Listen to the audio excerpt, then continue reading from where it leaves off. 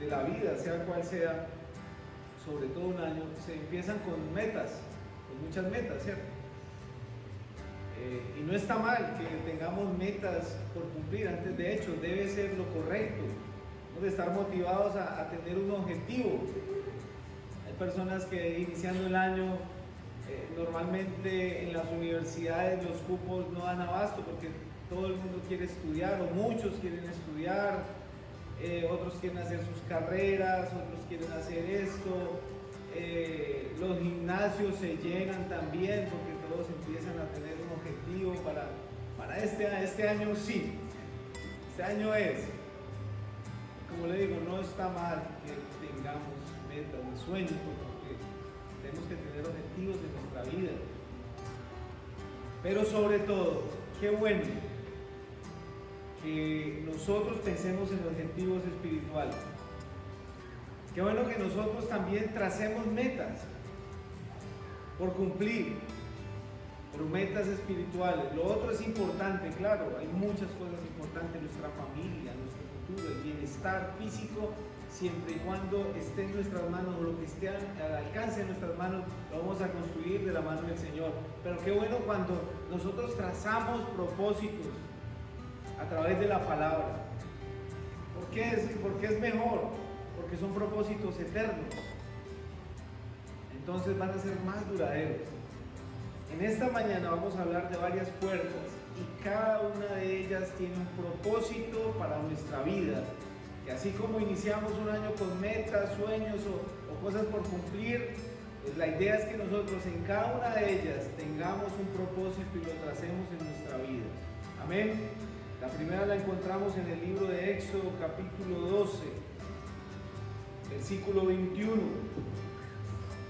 Éxodo 12, 21, dice la palabra del Señor: y Moisés convocó a todos los ancianos de Israel y les dijo: sacad y tomaos corderos por vuestras familias y sacrificad la Pascua.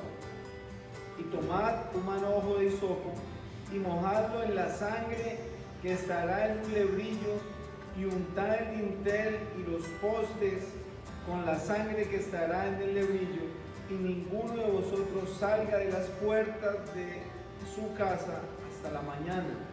Aquí encontramos la palabra. Y aquí le dice la razón del versículo 23: porque Jehová pasará hiriendo a los egipcios, y cuando vea la sangre en el dintel y en los dos postes, pasará Jehová a aquella puerta y no dejará entrar al heridor en vuestras casas para herir. Guardaréis esto por estatuto para vosotros y para vuestros hijos para siempre. Cuando entréis en la tierra que Jehová os dará, como prometió, guardaréis este rito. Cuando os dijeren vuestros hijos: ¿qué es este rito vuestro?, vosotros responderéis así: es la víctima de la Pascua de Jehová, el cual pasó por encima de las casas de los hijos de Israel en Egipto, cuando hirió a los egipcios y libró nuestras casas. Entonces el pueblo se inclinó y adoró. Aquí se está registrando la primer Pascua en toda la existencia de la palabra de Dios. La primera vez que se registra es aquí. El pueblo hebreo, como ustedes saben, en el contexto aquí, estaba cautivo allí en Egipto. Estaba en cautiverio. Pero Dios con mano poderosa los saca de allí. Pero antes de que ellos salieran, sucedió esto. Tenían que celebrar la Pascua. ¿Por qué? Porque Dios iba a herir al primogénito de cada casa de los egipcios. Y ellos estaban allí en medio de ese pueblo como esclavos, pero había algo que los iba a proteger. Ellos tenían que hacer esto. Dios le dice a Moisés: Moisés, dile al pueblo que haga esto. Sacrifiquen un cordero, coloquen un lebrillo, mójenlo con ramas de hisopo, pinten los postes y las puertas. Pinten esto. ¿Para qué? Para que cuando pase el ángel destructor en la noche, donde haya la sangre en cada puerta, en cada dintel, no va a tocar ese lugar. es algo increíble, hermoso, pero también es algo que da un poco como de suspenso. Si nos vamos al tiempo de allí, ya habían pasado unas plagas, una serie de plagas, y había mucho temor en el ambiente. Y allí este pueblo, ellos no pecaban, ellos no merecían también ser castigados, eran iguales que los demás, pero había algo que los podía defender. De hecho, Pascua significa pasar por alto. Eso es lo que significa la palabra Pascua. Pasó por alto el pecado de ellos, pero ¿por qué? Porque un cordero fue sacrificado y estaban allí, cada familia de los hebreos en sus casas sabían lo que iba a suceder, y ellos sacrifican todos en las casas los animales con sus hijos, están allí esperando ese momento y colocando el dintel, y los hijos miraban y tal vez ellos preguntaban: papá, pero ¿esto por qué? ¿Qué es lo que tiene que pasar? ¿Por qué pasa esto? Esto tenían que guardarlo como estatuto perpetuo, para cuando ellos les preguntaran, ellos podían y tenían que contestar de esta forma. Pero estaban allí asustados, aterrorizados, porque venía el ángel destructor, pero había algo que los protegía. Y ustedes se imaginan escuchar los gritos de todas las personas cuando empezaban a morirse los hijos en cada lugar de sus alrededores, porque no hubo casa donde no hubiera muerto uno. Y ellos escuchar cómo tal vez pasaba el ángel, pero había una sangre que los protegía, la sangre de un cordero.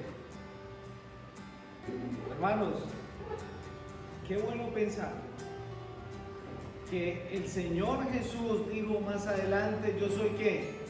La puerta. Y eso vamos a hablar un poco más adelante, pero ellos estaban protegidos aquí, especialmente por una puerta que estaba pintada en sangre por un cordero. Obviamente estaba hablando de una tipología de nuestro Señor Jesucristo, el Cordero de Dios que quita el pecado del mundo, sin mancha, puro, estaba apartado, así como ese cordero que tenían que apartar, y esa sangre los protegía. Años después, miles de años, vino el Cordero de Dios, y ya no en las puertas de las casas, en las puertas de nuestro corazón, en un madero, derramó su sangre por nosotros. Para el judío, la Pascua significaba pasó por alto el ángel destructor. Ellos seguían celebrando después como estatuto perpetuo, y cuando celebraban la Pascua, los hijos le preguntarían, así como lo dice: papá, ¿y eso qué significa? Hijo, eso significa que nuestros padres, los antepasados, estuvieron una vez cautivos allí en el pueblo y sucedió esto, y les contaban la historia. Y ellos seguían transmitiéndole a sus hijos y sus hijos a sus hijos y sus hijos a los hijos. Pero un día vino el Señor Jesucristo, y en una misma Pascua Él celebra la cena del Señor. Para el judío, el pueblo fue liberado de la cautividad, pero para nosotros la cena, estamos recordando que nuestro Señor nos libró del pecado. Ahí estaba un símbolo del que iba a venir. Y qué bueno, hermanos. ¿Cuál es la aplicación? ¿Cuál es la meta para nosotros? ¿Cuál es nuestro objetivo viendo esta puerta, que es la puerta de la protección? Recordar a nuestro Señor, recordar a nuestro Salvador, mirar cómo el Señor no nos protegió una vez y ya, sino nos protegió una vez y para siempre, nos compró a precio de sangre. Y esto es necesario, hermanos, que nosotros esté cada día. No podemos apreciar a nuestro Señor, a nuestro Salvador un día y ya, y seguir viviendo como si nada. Miren, ellos tenían que transmitirlo a sus hijos y sus hijos a sus hijos, y era un estatuto perpetuo. Y qué bueno cuando nosotros transmitimos a nuestros hijos, cuando les enseñamos de qué se trata la cena, o reunirnos, o el estudio de la palabra, o por qué los signos, o por qué nos reunimos de esta forma. Tenemos que transmitir esto, la puerta de la protección. Un día el Señor nos protegió de una vez y para siempre. Qué bueno pensar, hermanos, que nosotros no vamos a ser condenados. Y no solo los que nos congregamos aquí, porque somos especiales, no, todo aquel que cree en Cristo Jesús como Señor y Salvador, en arrepentimiento y fe, Él le perdona y puede ingresar a ser parte de su familia. Amén. Seguimos con la segunda puerta. La encontramos más adelante también en el Antiguo Testamento, en el libro de Deuteronomio, capítulo 11, versículo 18 al 20. Y esta puerta la he titulado la puerta de la dirección. Deuteronomio capítulo 11, versículo 18. Dice así: por tanto, pondréis estas mismas palabras en vuestro corazón y en vuestras almas, y las ataréis como señal en vuestra mano, y serán por frontales en vuestros ojos, y las enseñaréis a vuestros hijos, hablando de ellas cuando te sientes en tu casa, cuando andes por el camino, cuando te acuestes, cuando te levantes, y las escribirás en los postes de tu casa y en tus puertas. Nuestro Dios le dio al pueblo de Israel unas directrices, unas direcciones. El pueblo de Israel era como el modelo de Abraham, Isaac, Jacob, los hijos, y de eso se formó el pueblo de Israel. Le dio una tierra para que la poseyesen hasta el día de hoy, tal como Dios lo dijo, así se ha cumplido, no ha fallado su palabra. Pero el pueblo falló muchas veces. ¿En qué consistía? Dios a él le dio un tabernáculo a este pueblo para que le adorara, le dio mandamientos, leyes, estatutos, cómo debían seguirle y servirle. Y ellos iban a ser como el ejemplo a seguir de las demás naciones. Entonces las demás naciones, cuando miraban al pueblo de Israel, tenía que ver un ejemplo para ellos seguir, adorar a ese Dios que tal vez no conocían, y tomar ese ejemplo, esa referencia del pueblo de Israel. Ese era uno de los objetivos. Ahora, ellos conocían las leyes y les fueron entregadas a ellos, tenían que cumplirles, tenían que velar por ellos. Ahora ellos, ¿qué tenían que hacer los padres? Enseñárselas ¿a quién? A sus hijos. Primero tenían que conocer la ley, conocer sus estatutos, conocer la palabra, en otras palabras, conocer la escritura, para poderla enseñar. ¿Y cuándo las tenían que enseñar? ¿En qué momento? Una vez al año, una vez a la semana. Está hablando de todos los días y en varias horas del día. Y de pronto, hermanos, podemos mirarlo como una meta a trazarnos. Y no quiere decir que no fallamos, y esto no solo es para los padres, también para las madres, que no fallamos aquí. Pero yo creo, hermanos, y estoy seguro más bien, que este debe ser un compromiso para este año que está por delante de nosotros.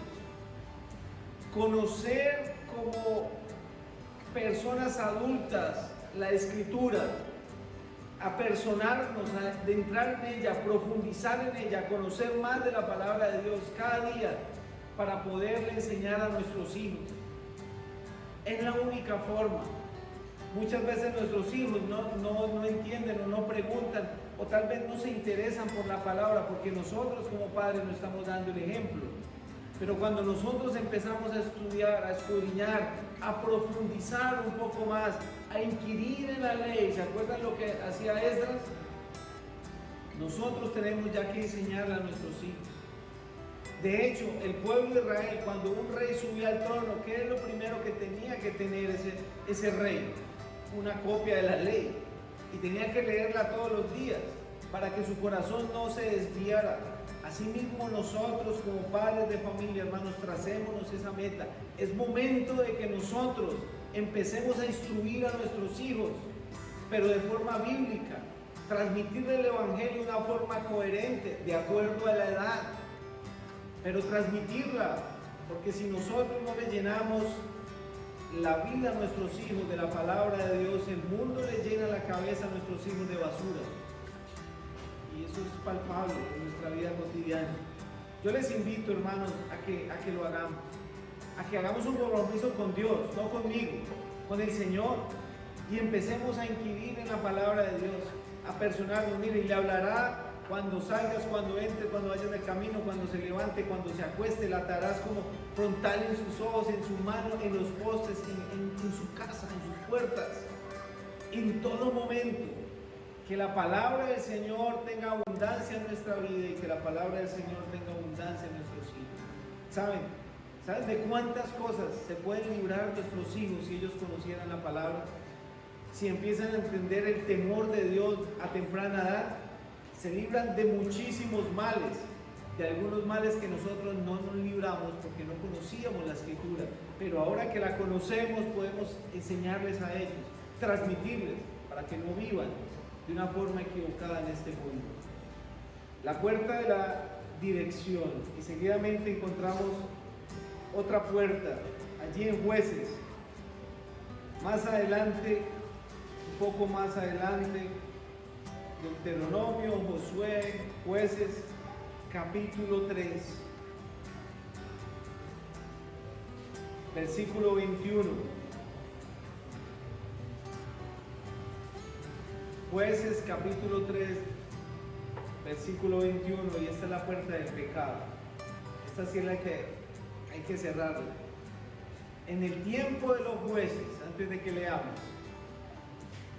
fue uno de los tiempos más oscuros del pueblo de Israel por el pecado.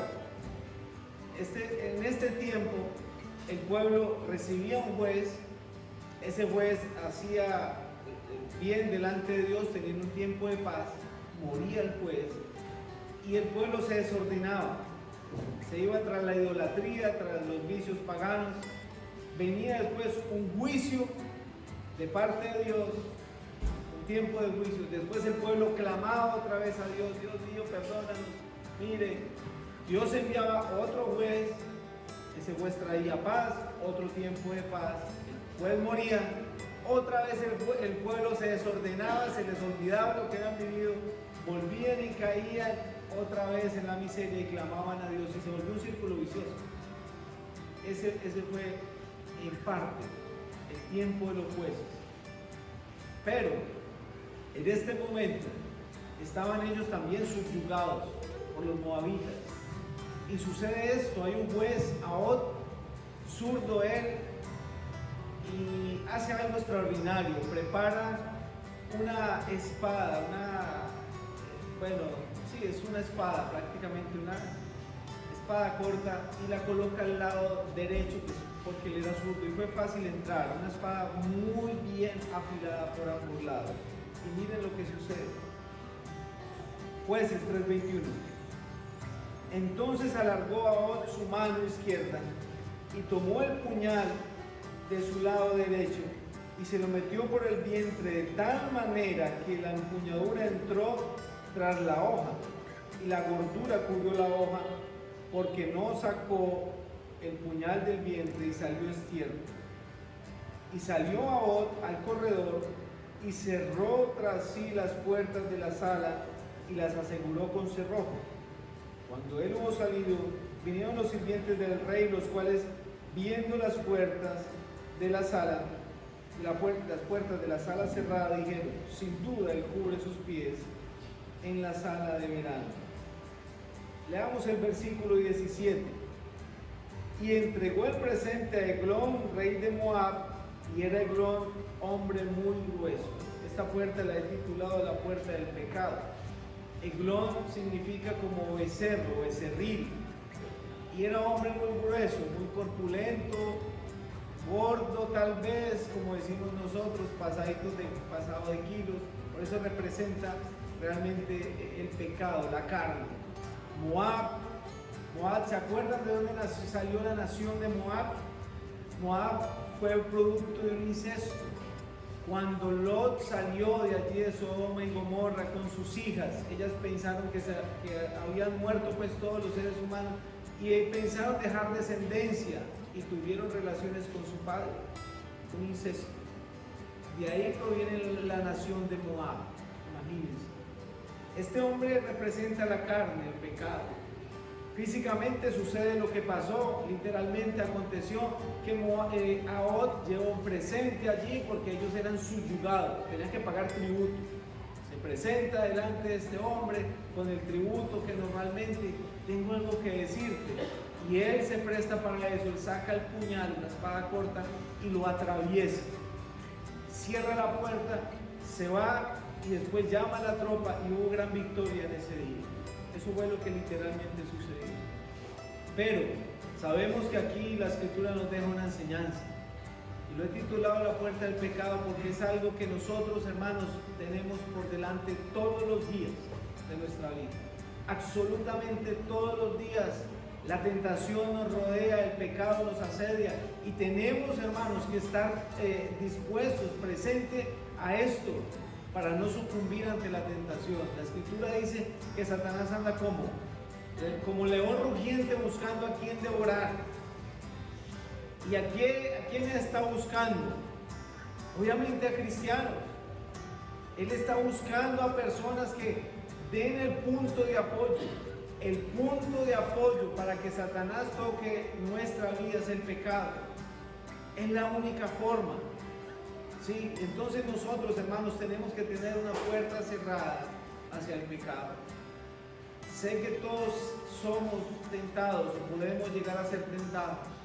Tenemos, hermanos, la responsabilidad de velar para ello. No sé en qué área puede ser tentado, no sé en qué momento, no sé en qué situación, en qué lugar, en qué ciudad, pero tenemos que entender esto, hermanos.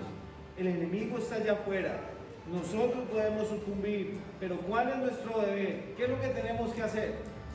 Cerrarle la puerta al pecado, no coquetear con el pecado, no estar con un pie allá, otro pie aquí, porque tarde que temprano vamos a caer. ¿Recuerdan el pasaje allí en Hechos?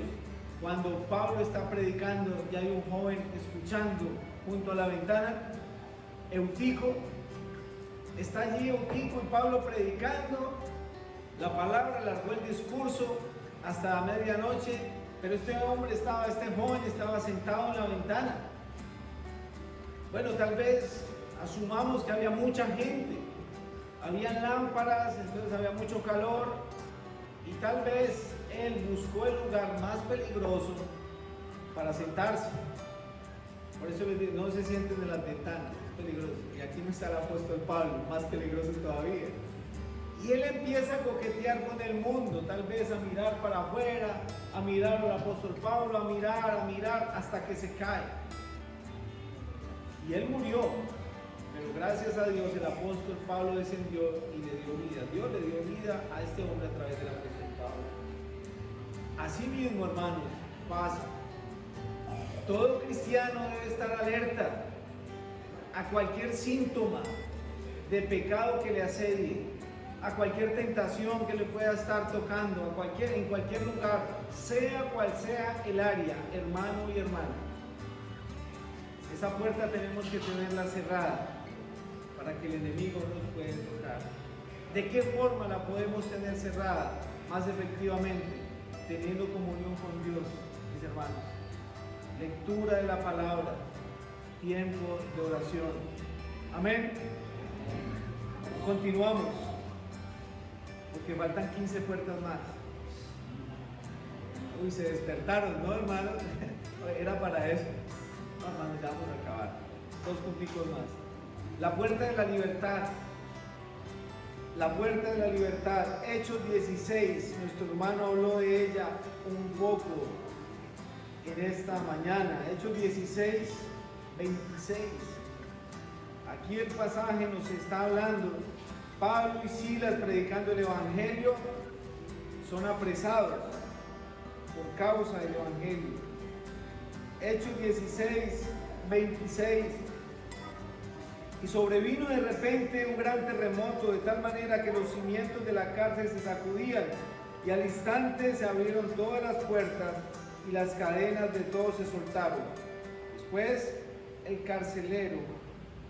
despertando el carcelero y viendo abiertas las puertas de la cárcel, sacó la espada y se iba a matar, pensando que los presos habían huido.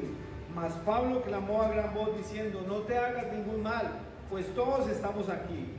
Entonces, pidiendo luz, se precipitó adentro y temblando se postró a los pies de Pablo y de Silas, y sacándolo les dijo: Señores, ¿qué debo hacer para ser salvo? Ellos le dijeron: cree en el Señor Jesucristo y serás salvo tú y tu casa. Y le hablaron la palabra del Señor a él y a todos los que estaban en su casa.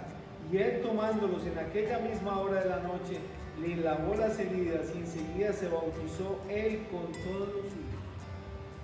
La puerta de la libertad, no solo de la libertad física, claro, ellos tuvieron libertad física, pero este hombre tuvo libertad espiritual, el carcelero. Un hombre que había visto o los había escuchado predicar, es lo más obvio. Un hombre que sabía por qué estaba Pablo y Silas, y era por la predicación del evangelio. Él en sí sabía que eran personas inocentes, pero él tenía que cuidarlos. Y créanme que un carcelero, y sobre todo en estos tiempos, no era una persona muy dulce que digamos. Era una persona que estaba tratando todos los días con delincuentes. De hecho, tenía que ser severo, duro, es lo más lógico. Pero estos hombres que estaban allí presos, paradójicamente le dieron libertad a una persona que creía que estaba libre, pero estaba más preso que ellos, que tenían esas cadenas. Porque él tenía unas cadenas espirituales. El pecado lo prisionaba. Y él pudo entender, estos hombres se pudieron haber huido. O también pudo entender esto: ¿cómo es posible que los cimientos de esta cárcel se hubieran estremecido a tal punto y se hubieran soltado las cadenas de ellos? Las puertas se abrieron. ¿Cómo es posible eso? Es verdad lo que ellos predican. Es cierto lo de ese Mesías, es cierto lo de ese Salvador. Por eso le preguntó: ¿qué debo hacer para ser salvo? Y ellos le predicaron la palabra. ¿Cuál es nuestra misión con este punto, con esta puerta de la libertad? ¿Qué es lo que debemos hacer? ¿Cuál debe ser nuestro compromiso, hermanos, en este año? Predicar la palabra, predicar el evangelio, predicarle a personas que necesitan, hermanos, que están presos. Pero él que les predicó cuentos de hadas, les predicó otras cosas. Cree en el Señor Jesucristo y serás salvo tú y tu casa. Ellos le enseñaron la palabra, le hablaron del Mesías. Vino un hombre llamado Jesús, en él hay libertad, y le contaron todo lo que él pasó, lo que él vivió, lo que él sufrió, cómo murió y cómo resucitó y cómo se les presentó y cómo a él, sobre todo a este hombre, a Pablo, se le presentó camino a Damasco, cómo quedó ciego. Le pudo contar todo su testimonio, pero sobre todo le pudo decir que Jesucristo es el Señor y Dios que da vida y da libertad. Este hombre fue libre. Inmediatamente creyó él. Y él no solo miren lo tremendo lo que hace el evangelio en una persona. A él se le predicó y él inmediatamente transmitió lo que le enseñaron a su familia. Este hombre, ¿hace cuánto tiempo duró siendo cristiano para ir a predicar el evangelio? ¿Cuántos años de cristiano llevaba? Llevaba minutos, horas, y ya estaba compartiendo el mensaje a su familia. Vengan, conocí a Jesús, Él me cambió la vida, mire, pasó esto y esto, y los llevó a ellos a la casa. Y su familia creyó, y fue contundente porque inmediatamente confesaron la fe en el Señor y con hechos lo demostraron, se bautizaron. Ellos salieron, Pablo y Silas, pero aquí quedó un grupo de cristianos, porque dos personas valientes le predicaron el evangelio. Hermanos, las personas necesitan de Cristo el Salvador. Hoy en día, sobre todo ahora, cuando inicia un año, antes de cuando se iba a acabar el año, nadie quería buscar a Dios, o muy pocos realmente. Pero ahora vienen los dolores, ¿cierto?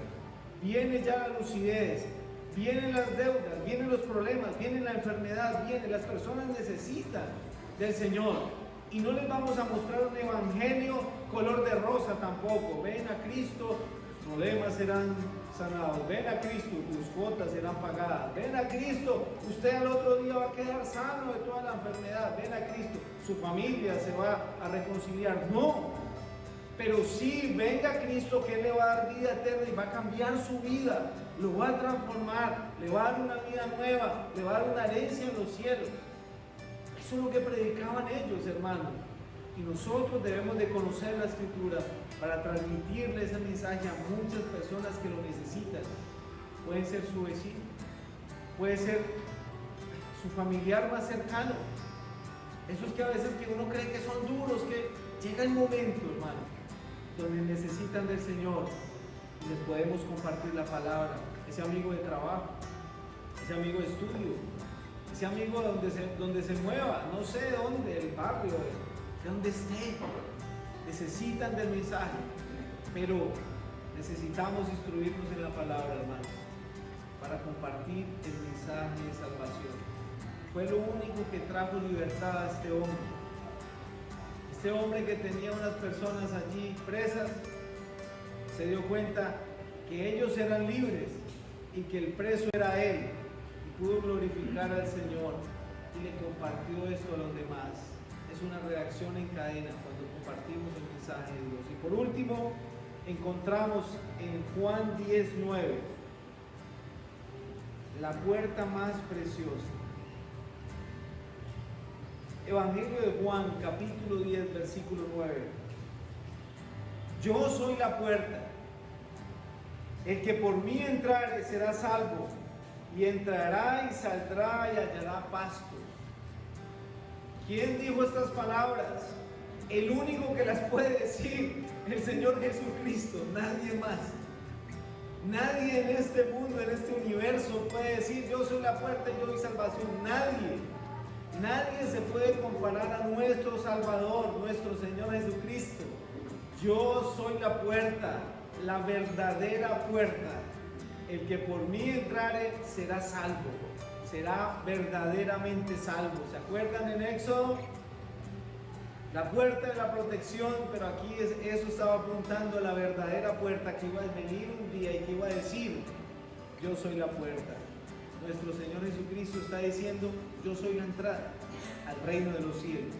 Recordemos que cuando nuestro Señor allí en la cruz muere, entrega su espíritu, dice la Biblia que hubo un gran terremoto, las rocas se partieron y el velo se rasgó de arriba abajo en dos, mostrando el camino, mostrando la entrada al lugar santísimo, porque era el templo. Se podía ver el lugar santísimo, que no podía entrar sino el sumo sacerdote. El Señor estaba diciendo, yo soy la entrada al lugar santísimo, yo soy el camino que puede guiarlos hasta allá. ¿Cómo se entra por esta puerta? Por fe. Por fe, creyendo en Jesús como Señor y Salvador, arrepentido totalmente de los pecados y viniendo a Él, rogándole que le reciba. Él dice que al que llega a un corazón contrito y humillado no despreciarás tú, oh Dios. Y todo el que llega a Él no le echa fuera. La cuestión del caso es que esta puerta no siempre va a estar abierta. Sí, el Señor la tiene abierta, pero nuestra vida es limitada. Entonces para nosotros no va a estar siempre abierta. Porque podemos partir de esta tierra, gloria a Dios, por los que hemos creído en el Señor, ya hemos entrado. Por los que hemos confiado en Él como Señor y Salvador, estamos allí por la gracia de Él, no porque seamos más que alguien que no somos iguales. La diferencia es que Él perdonó nuestros pecados. Y hoy le invito, si hay alguien aquí, adolescentes, niños, jóvenes, que ya conocen el Evangelio, que ya saben la verdad, que ya saben que hay un lugar de tormento, pero que hay un cielo hermoso que espera a todo aquel que quiera creer en Cristo Jesús como Señor, entre por la puerta, gratuitamente. El que tenga sed, venga a mí y beba. Y así como dice la Escritura, de su interior correrán ríos de agua viva. Juan 7, dice el mismo Señor Jesucristo. Es el momento. Puede que mañana no haya ese tiempo. Dice también 2 Corintios 6:2, pero dice, en tiempo aceptable te he oído, y en día de salvación te he socorrido. He aquí ahora el tiempo aceptable, he aquí ahora el día de salvación. Es ahora, es ya, no es mañana, porque el mañana no lo sabemos, no lo conocemos, solo Dios lo sabe. la puerta de la salvación, la puerta de nuestro Señor, la puerta más preciosa es nuestro Señor Jesucristo. Y a Él puede entrar todo aquel que quiera. Se entra por medio de la fe, se entra por medio del arrepentimiento de nuestros pecados. Y le invito a que entre por Él. No espere el día de mañana, no espere que algo suceda y te quedes por fuera. El tiempo es ahora, el tiempo es hoy. Amén. El Señor bendiga su palabra.